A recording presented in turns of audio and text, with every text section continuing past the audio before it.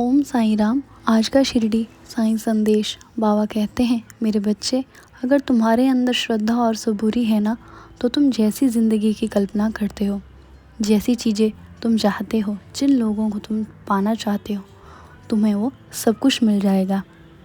श्रद्धा और सबूरी है ना, तो बुरे लोग तुम्हारा कुछ भी गलत नहीं कर सकते।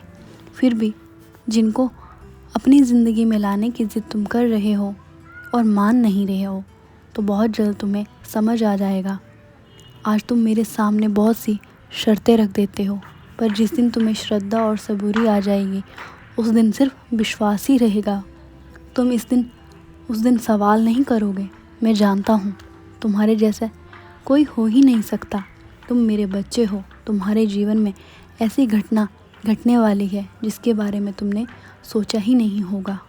और ये खुशखबरी है जो तुमसे जुड़े लोगों है, जिन्हें तुम बहुत चाहते हो। ये खुशखबरी उनसे ही जुड़ी हुई है और ये खुशखबरी तुम्हारे चेहरे पर भी रौनक ला देगी।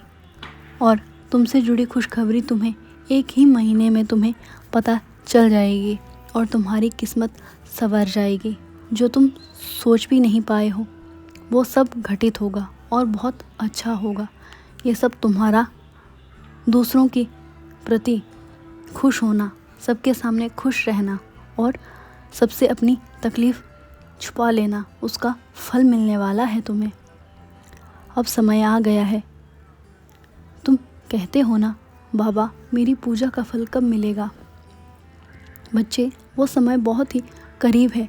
आज तुम मेरी विशेष पूजा कर रहे हो ना, लेकिन पूजा में कोई सामग्री ना मिले तो परेशान मत होना। जो तुम्हारे पास है वही मुझे समर्पित करो।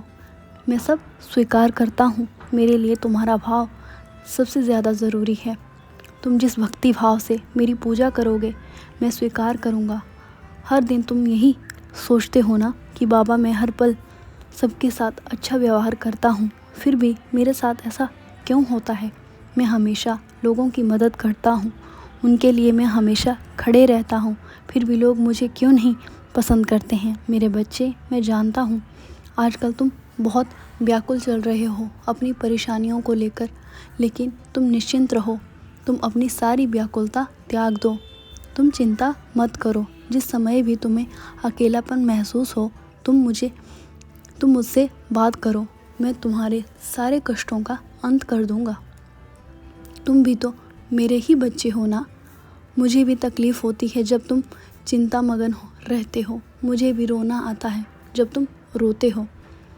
तुम मेरी भक्ति करते हो, मुझे प्रेम करते हो, मुझ पे भरोसा करते हो। फिर कभी कभी तुम क्यों इतना उदास हो जाते हो? क्यों तुम्हारी हिम्मत डगमगाने लगती है? तुम आज जान लो, मैं द्वारिका माई में बैठ के तुम्हारे अच्छे भविष्य के लिए ही योजना बना रहा हूँ।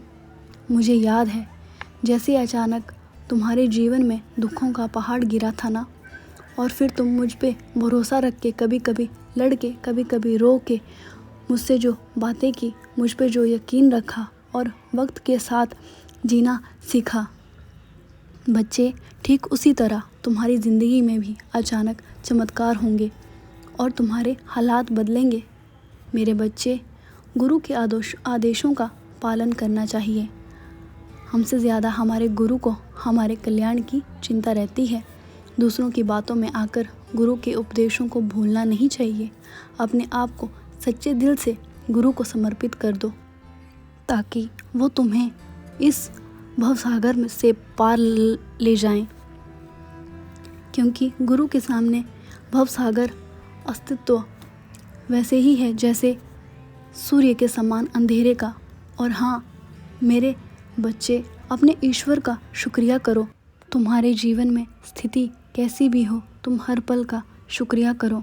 मेरे नाम का जाप करो। तुम्हारे भाव मुझे प्यारे लगते हैं। मेरे बच्चे, तुम चिंता मत करो, मैं सब ठीक कर दूंगा। तुम्हारा कल्याण हो मेरे बच्चे।